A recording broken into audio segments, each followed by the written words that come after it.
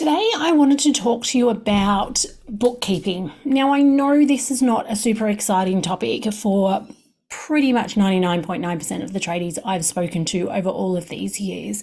But what I have noticed is I have never spoken to a tradie who is doing really well financially, who hasn't got their bookkeeping sorted out. So the majority of people I talk to, financially things are not going great. That's why they reach out and want to chat about profit first. And every single one of those people, I look at their Xero file firstly, and what I see is always a combination of things not done correctly, which then adds to the financial stress and the financial issues that you are having. So again, I know this is not a super exciting topic, but please hear me out on this one. So what I want you to be able to do with your Xero dashboard, now again, if you've listened to any previous podcast, you will know my bookkeeping firm is 100% Xero and has been for almost 12 years now. But if you are using another type of bookkeeping system, same rules apply. So when I open up a client's Xero dashboard, what I'm doing, the very first thing I'm looking at is seeing if their invoices or how many invoices they have showing as outstanding and overdue. I'm looking to see if the bills section actually shows the bills that they owe, and I'm looking to see how many unreconciled items there are. Now, at that quick glance, within the space of 15 seconds, I can get a really good gauge on what's going on in that business. Now, I always talk about the bookkeeping being like the foundations of a house. We have to have them. They're not super exciting. Nobody gets, over the moon excited about them. We just want it done so we can move on to pouring the slab, putting up frames, getting it to lock up, and so on and so forth. But as you all know, if you don't set the foundations correctly, then everything else will eventually fall down, or you're constantly trying to patch things up and fix things, which we all know is exhausting, time consuming, and obviously costly. So what I wanted to do is point out 3 areas that you can have a look at your Xero file. Again, you don't have to be the specialist. If you have an accountant, a bookkeeper, or somebody else, an admin person in your business doing this, it doesn't have to be a long process. Literally open your Xero file, and if you can look at the invoices section and the amount of money that it says is owed to you is correct. If you can look at the bill section and look at that and go, okay, yep, that I know that's about how much money I owe. And if you can look at your bank accounts and go, yep, that's about the balance. And there needs to be no more than 7 days worth of unreconciled items. So the little button that says, 5 or 25 or 555 unreconciled items, even if you've only got 2 unreconciled items, we want to make sure that they're no older than 7 days.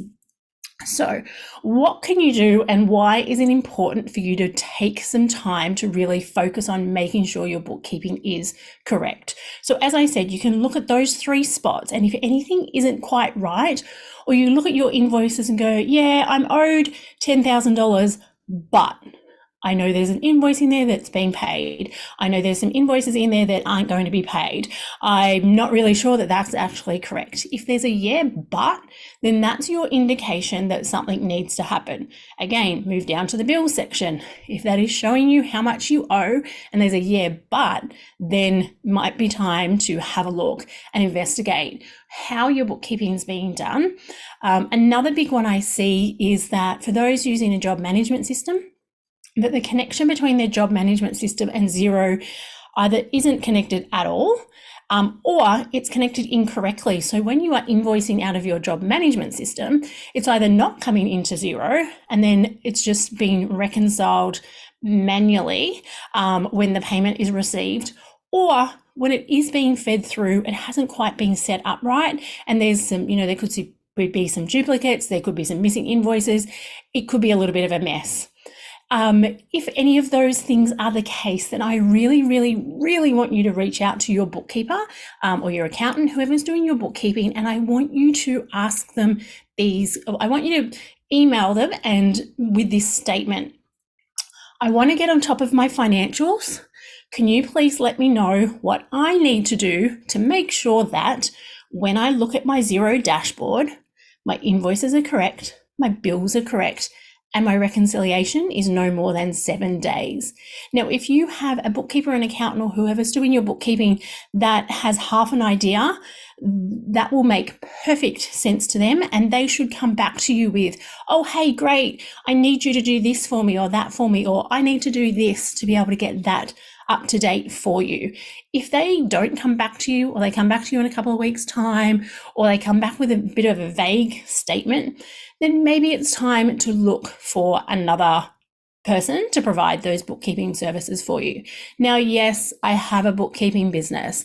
Yes, you can reach out to us and I'm happy to have a chat with you, but that is not the point of this podcast. The point of this podcast is to make sure that you understand that you have such an underutilized tool there in Xero, and that is causing, in my experience, the majority of the financial issues that trades business have. I always suggest anyone that I talk to go back to your current bookkeeper, accountant, admin person and ask them to make your Xero file. Ask them what you need to do to make your Xero file up to date. And then if they aren't super excited about that, or they don't have the time, or they're going to do it in a month's time, then I highly suggest that you have a chat to somebody else. Again, happy for you to have a chat with us. I don't mind if people come on board with us. I just want you to have an amazing bookkeeper. And for those who have read or listened to my book, you would know I talk all the time about your financial team. Your financial team is critical to the success of your business. If you don't have an amazing financial team, that is one of the very biggest reasons why you are out of whack from a financial perspective, that you're not really sure where you are, that you're laying awake at night wondering how you're going to pay bills, how you're going to pay the team, and all those sorts of things.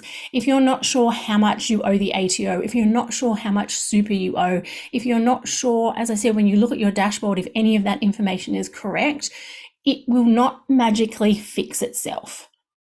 It won't get better next week, next month, next quarter, unless you take the initiative to take that first step and reach out to your bookkeeper, your accountant, your person doing the bookkeeping, and ask them those questions. As I said, I get to speak to so many tradies week in and week out of all different sizes of businesses, all different types of business. And this is the one thing that is the same every time I talk to every single person.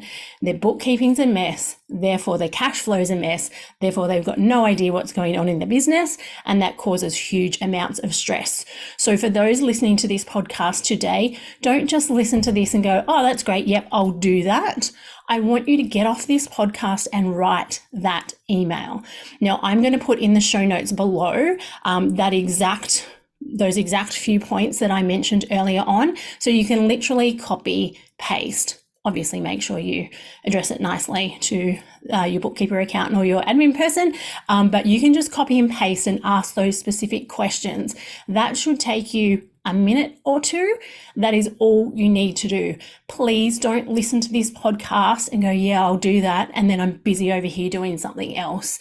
Listening to this podcast, the whole reason why I create this podcast is to educate you, but also to get you to take action and to give you the simple and easy steps that you need to do to make progress financially. Because I absolutely will not have people come back to me in a year, 2 years' time saying, oh my gosh, I listened to that podcast, but I didn't send that email. Now I'm in an absolute mess. And unfortunately, I hear that all the time.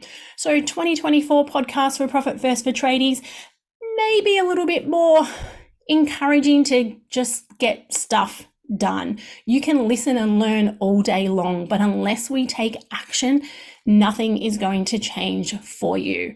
So as I said, make sure you look in the notes, you copy the statement that I mentioned earlier, and that you send it to your current bookkeeper or accountant or admin person, whoever is doing your bookkeeping, and let's get started.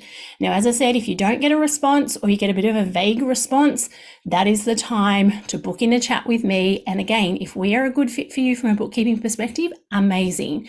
If not, I can give you some hints and tips on what you need to do and what you need to ask others to make sure that you can find somebody who is an amazing part of your financial team.